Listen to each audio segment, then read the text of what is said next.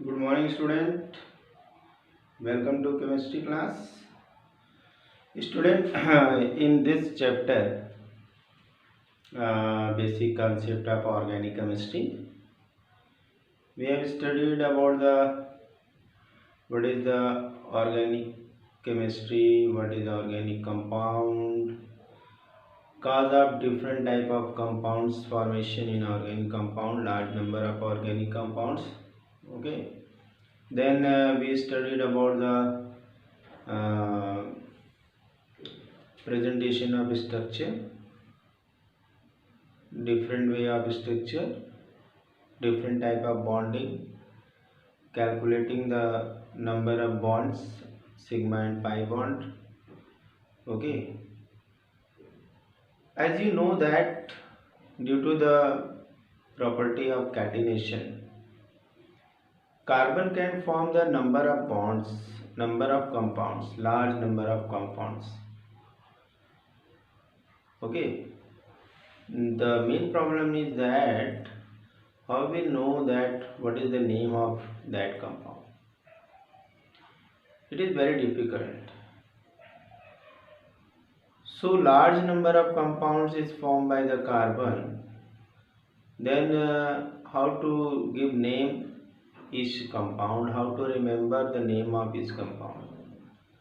Student हम लोग जो है कि ये जान गए कि कैटिनेशन की प्रॉपर्टी के कारण ये जो कार्बन है इतने लार्ज कंपाउंड्स बनाता है, और ये लार्ज कंपाउंड बनाता है तो फिर आखिर इनके नाम कैसे हम याद रखेंगे, कैसे जो है कि क्योंकि जो ट्राइबल नेम है, जैसे कि अब अगर हमें घर में यूज़ करते हैं सिरका,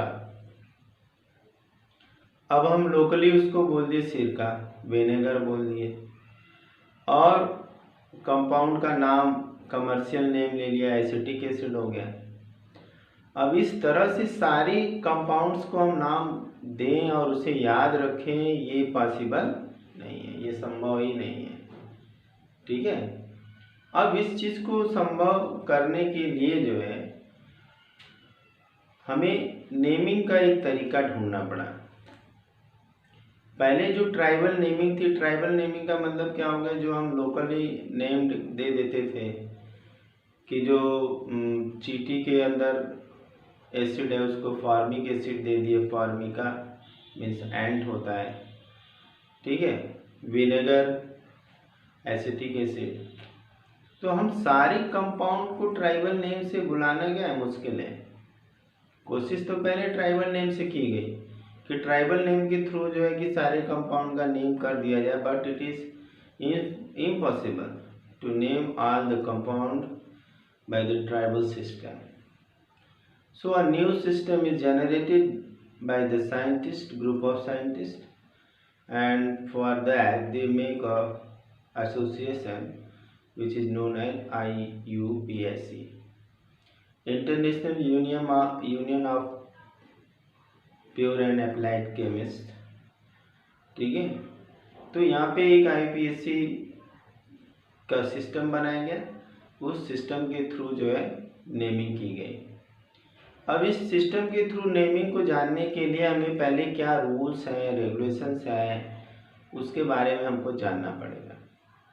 ठीक है, तो स्टूडेंट आज हम क्या शुरू करने जा रहे हैं, nomenclature of organic compounds. Okay, nomenclature of organic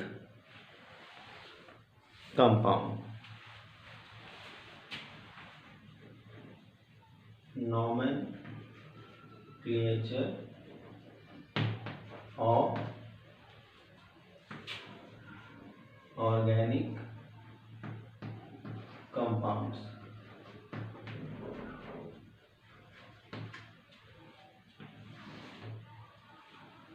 ठीक है, आज हम ये पढ़ेंगे nomenclature of organic compound.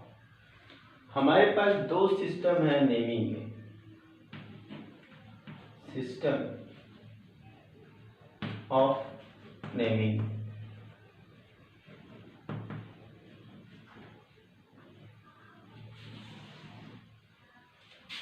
One is the tribal system system, और second is the IUPAC system. Okay. Tribal means, what do you mean by tribal? Okay. What do you mean by the tribal? Tribal name क्या होता है? Name derived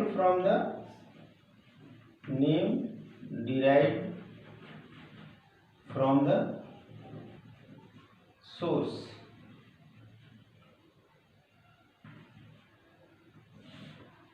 tribal name क्या होता है? जो name हम किसी सोर्स से डिराइव करते हैं, जैसे अभी हमने बताया फॉर्मिक एसिड, कहाँ से आया ये नेम? फॉर्मिका, ग्रीक वर्ड है, फॉर्मिका। अब फॉर्मिका मीन्स क्या होता है? एंट। अब ये एसिड जो है कि जब एंट जो काट हमें बाइट करती है कहीं पे भी, तो खुजली होती है, ईचिंग होता है, फिर स्वेलिंग हो जाता है, तो वो क्यों होता है? एसिड के कारण होता है। वो एसिड क्या है? फॉर्मिक एसिड है। ठीक है। नेक्स्ट वन इज द, जैसे विनेगर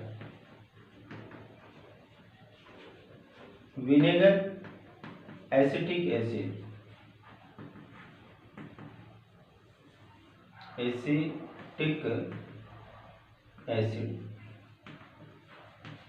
ठीक है।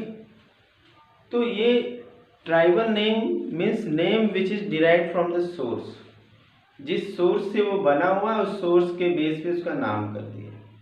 लेकिन it is impossible to name all the compound of the carbon. Okay, therefore to make it easy naming, new system was developed, that is the IUPAC system. First we will know the full form of IUPAC. I for international,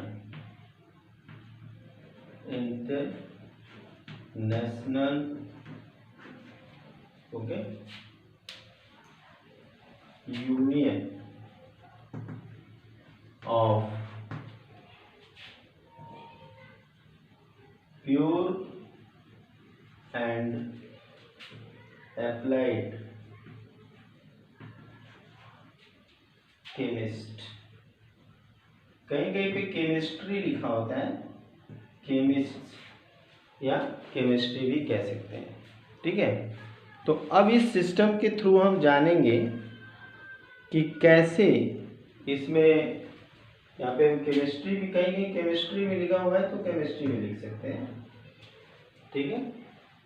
अब इस system को develop किया गया 1957 में। ठीक है।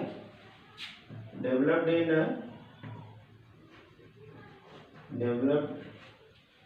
इन 1957। अब पूरे वर्ल्ड वाइड इसको एक्सेप्ट किया गया। इसके थ्रू जो नेमिंग का सिस्टम है, पूरे वर्ल्ड वाइड इसको जो है एक्सेप्ट किया गया। ठीक है। एक्सेप्ट करने का रीज़न भी था कि यहाँ पे एकदम ऐसे परफेक्ट रूल को डेवलप किया गया कि you can yourself name the compound. आप अपने आप से किसी कंपाउंड का नेमिंग बहुत इजीली कर सकते हैं। ठीक है। तो चलिए आइए जानते हैं कैसे IUPAC नेमिंग करेंगे, क्या रूल है, कैसे होगा। ठीक है। एक बेसिक नियम के थ्रू हम शुरू करते हैं नेमिंग को, और उन चीज़ों को ध्यान में रखते हुए हमें आगे की ओर बढ़ना है। जो हमारे रूल्स हैं वो रूल्स आपस में इंटरलिंक हैं, और अगर हम नेमिंग करते हुए रूल्स में से कोई भी पॉइंट भूल गए तो उस कंडीशन में नेमिंग करना क्या है, मुश्किल हो जाएगा। क्या मेन चीज़ होती है नेमिंग में हमें जानने के लिए? एक तो हमें फंक्शनल ग्रुप और उसका नाम जानना होता है। ठीक है। दूसरी चीज़ हमें ये जाननी होती है कि नंबर ऑफ कार्बन है, तो केमिस्ट्री में उस नंबर ऑफ कार्बन को हम कैसे गिनेंगे। तीसरी चीज़ होती है कि हमें किस साइड से नंबरिंग स्टार्ट करनी है। तो बच्चों, अगर हम इन बेसिक बातों को ध्यान में रखेंगे और जो रूल्स हैं वो इंटरकनेक्टेड है, उन रूल्स को अगर हम अप्लाई करेंगे तब हमें अच्छे से नेमिंग आ जाएगा। बहुत इजी सिस्टम है, उसमें कोई भी जो है कि हौच पौच नहीं है, इतना जो है कि प्रॉब्लम नहीं है, परेशान होने की ज़रूरत नहीं है। ठीक है, तो आइए चलते हैं नेमिंग को देखते हैं।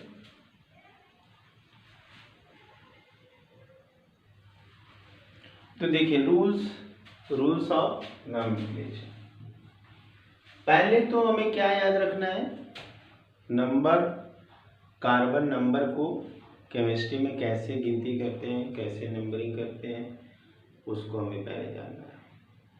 चलिए, तो पहले उसको जानते हैं हम लोग। और ये तो हम लोगों ने 10th में भी पढ़ा है कि अगर कार्बन 1 है तो हम इसे मेथ बोलते हैं, कार्बन 2 है तो इसको हम एथ बोलेंगे, कार्बन 3 है तो इसको हम प्रोप बोलेंगे, कार्बन 4 है तो इसको हम ब्यूट बोलेंगे, कार्बन 5 है तो इसको हम पेंट बोलेंगे, कार्बन 6 है तो इसको हम हेक्स बोलेंगे, और कार्बन 7 है तो इसको हम हेप्ट बोलेंगे, और कार्बन 8 है तो इसको हम ऑक्ट बोलेंगे, और कार्बन 9 है तो नोन बोलेंगे, कार्बन 10 है तो इसको डेक बोलेंगे, DEC डेक, कार्बन 11 है अनडेक बोलेंगे, कार्बन 12 है डोडेक बोलेंगे। ठीक है, तो सोआन ऐसे नेमिंग कर लेंगे, हमें इतने तक की ही ज़रूरत है, ज़्यादा हमें ज़रूरत नहीं है। ठीक है, तो ये हमने नंबर जान लिया। ठीक है, चलिए इसको नोट कर लीजिए फटाफट। ये तो 10th में भी पढ़ा है, सबको 10th में ये पता ही है। ठीक है, अब इसके बाद हम पहले होमोलॉगस सीरीज में चलते हैं। क्या चलते हैं, कोई भी रूल वहाँ स्टार्ट करने से पहले हमें बेसिक चीज़ों को इकट्ठा कर लेना है। तो हमने एक तो चीज़ बेसिक जान गई, नंबरिंग पता लग गई। अब हमें क्या पता करना है, होमोलॉगस सीरीज पता करना है। अब उस होमोलॉगस सीरीज का नेम कैसे करेंगे, इन नंबर्स का यूज़ करके। तो हम लोग naming with homologous series start कर रहे हैं, नेमिंग विथ होमोलॉगस सीरीज। चलिए, ओके।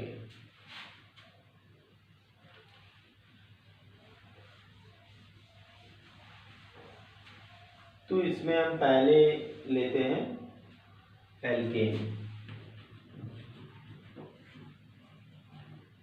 पहला हमारा है एल्केन।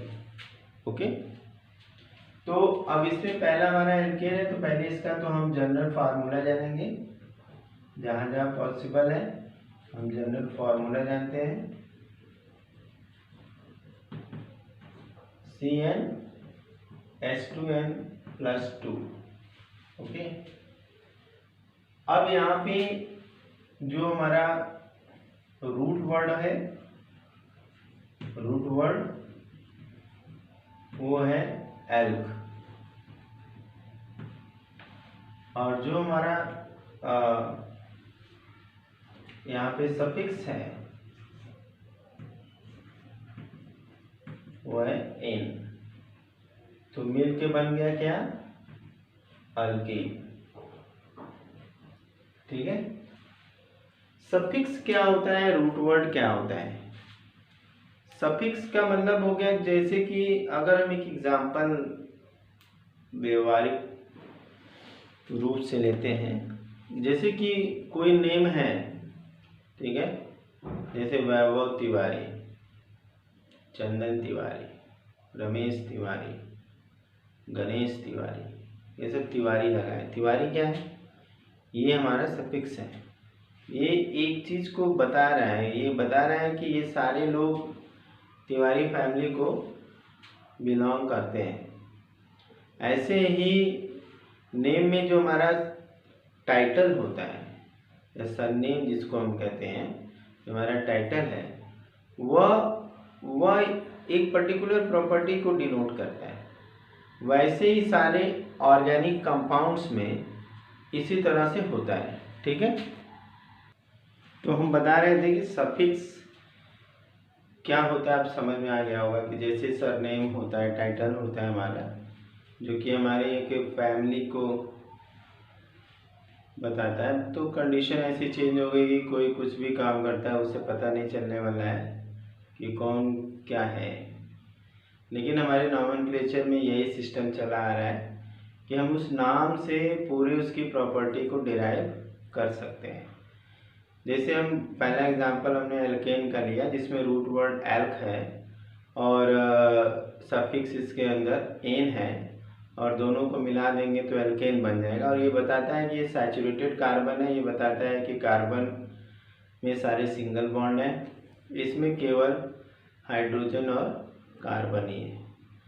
ठीक है, तो ऐसे हम बहुत सारी प्रॉपर्टी एक नाम से पता कर सकते हैं, निकाल सकते हैं। ठीक है, तो आइए हम इसको जानते हैं फिर। ओके, तो हम पहले यहाँ पे कार्बन 1 लेते हैं, C1। ठीक है, फार्मूले में यहाँ पे हम n अगर 1 लेते हैं, n=1, तो यहाँ 1 रखेंगे, यहाँ 1 रखेंगे, तो ये हमारा आ जाएगा CH4।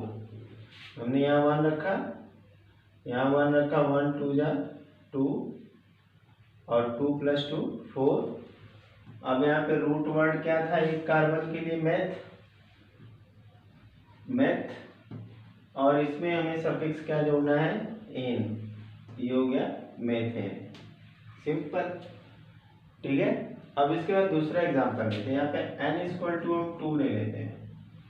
अब यहाँ पे हम रखेंगे 2, यहाँ 2 2 जा 4 + 2 6, C2H6। इसको हम बोलेंगे, अगर दो कार्बन को हम एथ बोलते हैं, रूट वर्ड जोड़ेंगे तो क्या हो जाएगा? एथेन हो जाएगा। रूट वर्ड जोड़ेंगे तो क्या हो जाएगा? एथेन हो जाएगा। क्लियर है? अब इसी चीज को हम ऐसे भी लिख सकते हैं, हम इस फॉर्म में भी लिख सकते हैं, CH3 ठीक है। अब अगर हम n=3 लेते हैं, C3 हो जाएगा 3 2 जा 6 + 2 8, प्रोपेन। ठीक है, ये क्या हो गया? प्रोपेन हो गया। ठीक है, अब इस चीज को हम ऐसे लिख सकते हैं, CH3 CH2 CH3। ठीक है, अब इन दोनों स्ट्रक्चर को जरा देखा जाए तो हम कैसे कहेंगे कि ये होमोलॉगस सीरीज, होमो मीन्स सेम परिवार को बिलोंग कर रहे हैं। कैसे? यहाँ पे हर में देखा जाए तो यहाँ पे एन लगा है, ANE, क्या लगा है? एन लगा है। ठीक है, दूसरी चीज क्या है? यहाँ पे CH3, इसका स्ट्रक्चर अगर हम यहाँ पे देखा जाए तो CH3H। ठीक है, यहाँ पे एक CH3 बढ़ गया, यहाँ पे CH3 बड़ा नहीं है मगर CH2 एक बढ़ गया बीच में। दोनों का डिफरेंस क्या है? हो गया CH2 का डिफरेंस हो गया। ठीक है, तो अब ये जो है कि हमारा प्रोपेन स्ट्रक्चर हो गया। दोनों में रूट वर्ड में चेंज हुआ, सब में रूट वर्ड चेंज हुआ, सबका एन टाइटल क्या है? सेम है। एक लास्ट अब और एग्जांपल देख लेते हैं, n=4, तो C4H कितना हो जाएगा? 10, 4 2 जा 8 + 2 10। ठीक है, इसको नाम देंगे ब्यूटेन। ओके, तो यहाँ पे हो जाएगा CH3 CH2 CH2 CH3। Okay, ये हो गया।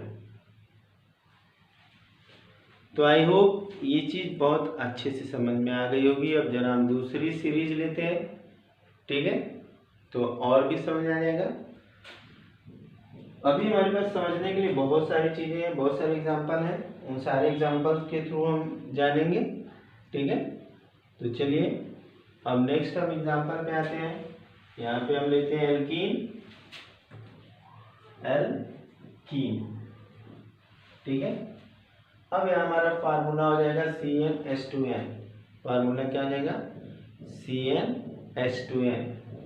अब यहाँ पे हमारा जो रूट वर्ड, जो सफिक्स है, रूट वर्ड तो सेम रहेगा मगर हमारा सफिक्स हो जाएगा इन। सफिक्स क्या हो जाएगा? इन। तो ये हमारा हो जाएगा अल्कीन।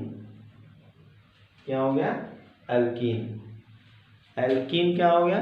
हमारा सफिक्स हो गया इन और रूट वर्ड क्या हो गया? इन। रूट वर्ड हो गया एल्क, तो मिला के क्या हो गया? मिला के क्या हो गया? एल्केन। एल्कीन, ठीक है। अब यहाँ पे हम नंबर से देखेंगे, ठीक है। एल्कीन हमें क्या बता रहा है? ई बता रहा है कि इस कंपाउंड में डबल बॉन्ड जरूर होगा। ये कंपाउंड अनसैचुरेटेड होगा, हाईली रिएक्टिव होगा इन कंपैरिजन टू एल्केन। तो हमें नाम से बहुत सी चीज़ें डिराइव करने आ जानी चाहिए, ठीक है। यहाँ पे एडिशन रिएक्शन बहुत ज़्यादा होंगे, ठीक है, सब्स्टिट्यूशन कम होगा, ठीक है। एलिमिनेशन रिएक्शन भी हो सकता है यहाँ पे। तो हम ऐसे कंपाउंड से हम सारी चीज़ें अगर नाम से चाहें तो डिराइव कर सकते हैं। तो जितने में भी इन लगा होगा वो अनसैचुरेटेड हाइड्रोकार्बन होगा और हाईली रिएक्टिव होगा, एडिशन रिएक्शन होगा, ठीक है। और ये सभी जो है ज्योमेट्रिकल आइसोमेरिज्म भी शो कर सकते हैं। जो भी पॉइंट अगर हम निकालना चाहें तो एक नाम से निकाल सकते हैं, ठीक है। अब आते हैं हम इनके नंबरिंग और नेमिंग पे, ठीक है। इसको हमने इरेज कर लिया। यहाँ पे हम n=2 से शुरू करेंगे, क्योंकि अगर यहाँ पे फंक्शनल ग्रुप देखा जाए, फंक्शनल ग्रुप तो ऐसा कोई स्पेशल नहीं, मगर इसको हम इस तरह से दिखाते हैं, ठीक है। ऐसे मीन्स एक डबल बॉन्ड जरूर होगा। तो डबल बॉन्ड होगा तो अगर लिस्ट नंबर से अगर सबसे छोटे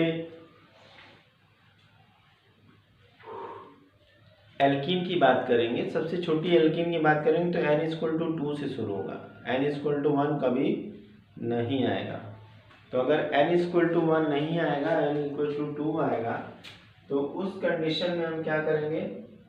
फार्मूला होगा, n की जगह पे हमें 2 रखना है, ठीक है। तो C2, 2 2 जा 4, C2H4, ठीक है। अब इस C2H4 का अगर हम नेमिंग करते हैं तो क्या नेम आएगा? 2 कार्बन को हम एथ बोलते हैं और हमें सफिक्स क्या जोड़ना है? इन जोड़ना है। तो हमारा ये हो गया एथीन। क्या हो गया? एथीन। अब यहाँ पे अगर हम नेमिंग करते हैं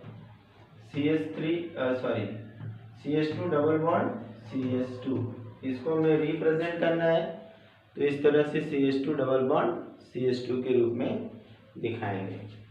n=3 पे आते हैं। अब यहाँ पे 3 रखेंगे, यहाँ 3 रखेंगे, तो C3H6, ओके। तो ये हमारा प्रोपीन हो जाएगा, ठीक है।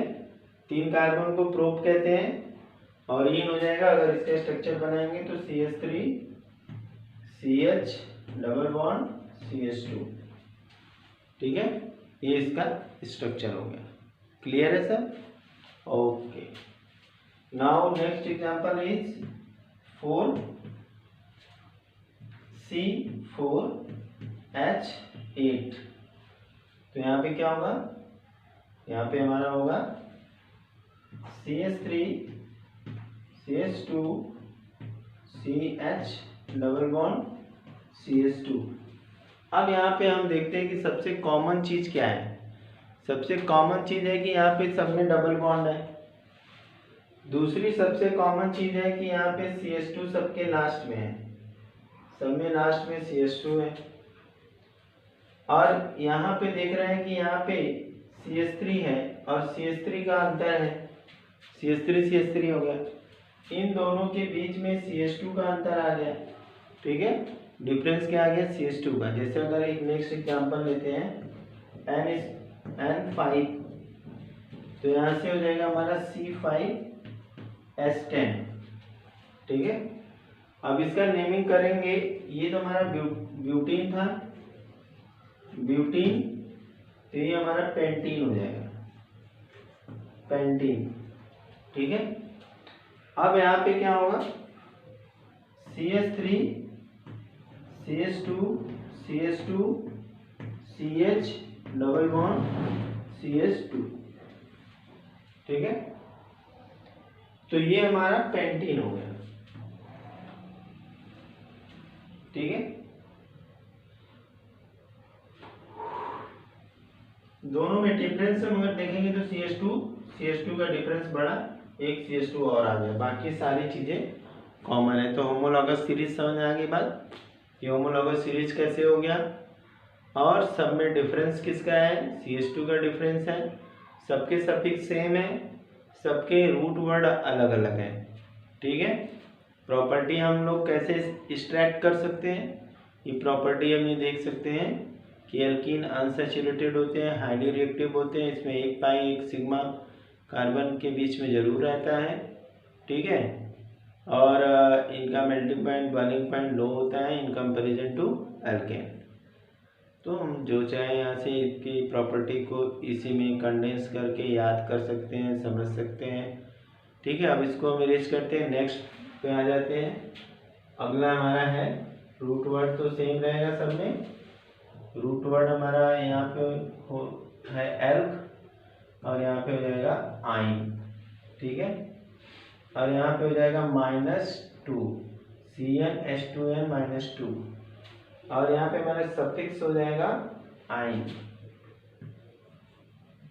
और यहाँ पे हमारा जो है कि जोड़ देंगे आइन हो जाएगा। अब इसमें क्या होगा कि एटलीस्ट यहाँ पे अगर स्ट्रक्चर देखेंगे तो ट्रिपल बॉन्ड आ जाएगा। तो अगर किसी के नाम में YNE आया है, YNE आइन, इसका मतलब कि वो unsaturated hydrocarbon with triple bond, at least two carbon have the triple bond. Okay, कम से कम 2 ऐसे कार्बन होंगे जिनमें ट्रिपल बॉन्ड जरूर होगा। ठीक है, आइन है, ये भी अनसैचुरेटेड है, यहाँ पे 2 पाई बॉन्ड है, एक सिग्मा बॉन्ड है, 2 पाई एक सिग्मा बॉन्ड है कार्बन कार्बन के बीच में।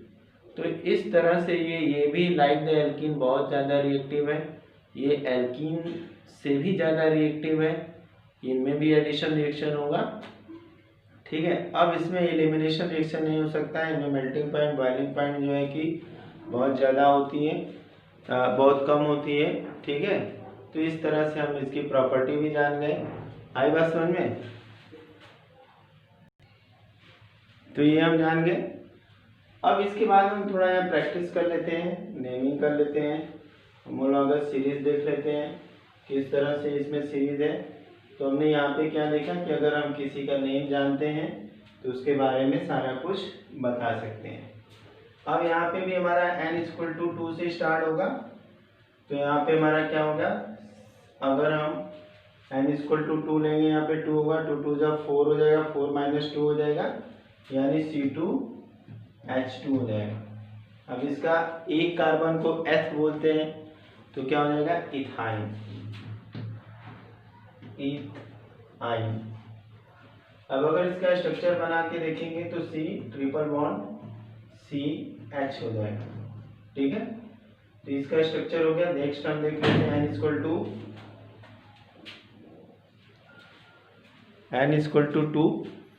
ठीक है, n=2 3 देख लेते हैं, C3H4। यहाँ पे क्या होना चाहिए, 2 2 जब 2 3 जब 6 -2 = 4, तो यहाँ पे क्या हो जाएगा, प्रोपाइन। ओके, और ये हमारा हो जाएगा CH3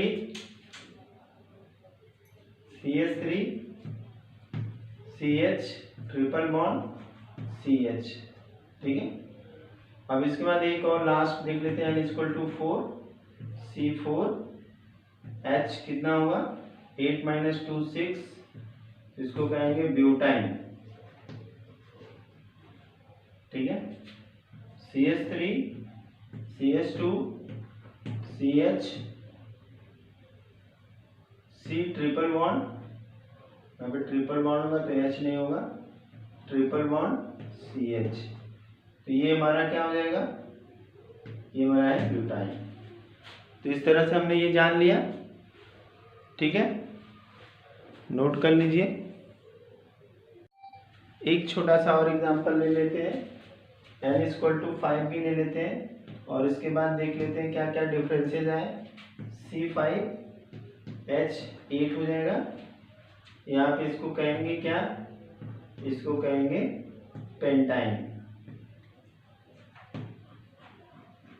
अब यहाँ पे अगर हम नेमिंग करते हैं तो CH3 CH2 CH2, ठीक है, CH C triple bond CH, ठीक है। अब ये ट्रिपल बॉन्ड डबल बॉन्ड जरूरी नहीं, जैसे कि अगर हम कार्बन बढ़ते हैं यहाँ पे भी ट्रिपल बॉन्ड हो सकता है, बीच में कहीं ट्रिपल बॉन्ड हो सकता है, वो हम लोग आइसोमेरिज्म में पढ़ेंगे, ठीक है।